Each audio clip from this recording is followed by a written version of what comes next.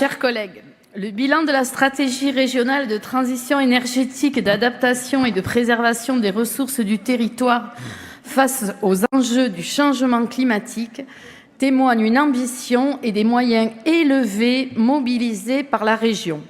Ces quelques lignes qui figurent au début du rapport résument en quelques mots l'engagement qui est le nôtre à tenir les objectifs sur lesquels nous nous sommes engagés en toute responsabilité. Et nous nous sommes engagés non pas parce que nous voulons porter un projet écologiste délirant et punitif, mais bien parce que nous sommes conscients de devoir participer à notre niveau à la réussite des engagements pris par notre nation et d'autres nations face aux implacables et incontestables constats de l'état de notre monde.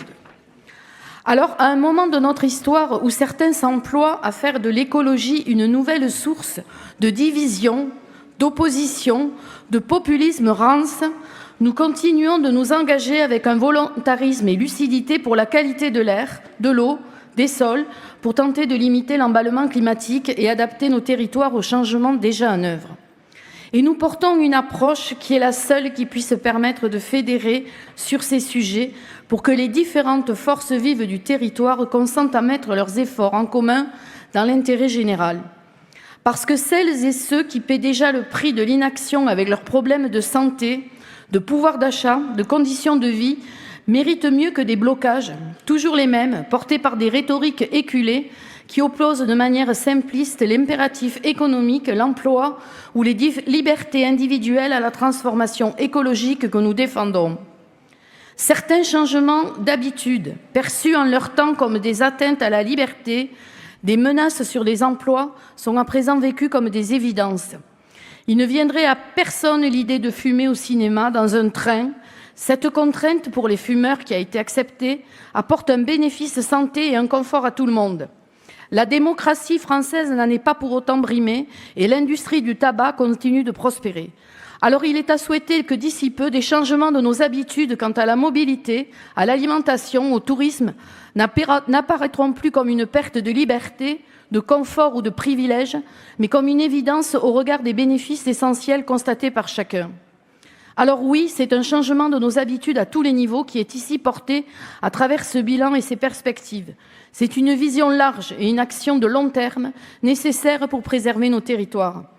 La protection de la biodiversité, par exemple, n'est pas une punition qui serait infligée par dogmatisme à certaines professions ou à certains projets. C'est une action qui nécessite des moyens pour bénéficier à des enjeux agricoles, alimentaires, sanitaires et environnementaux qui sont intimement liés les uns aux autres.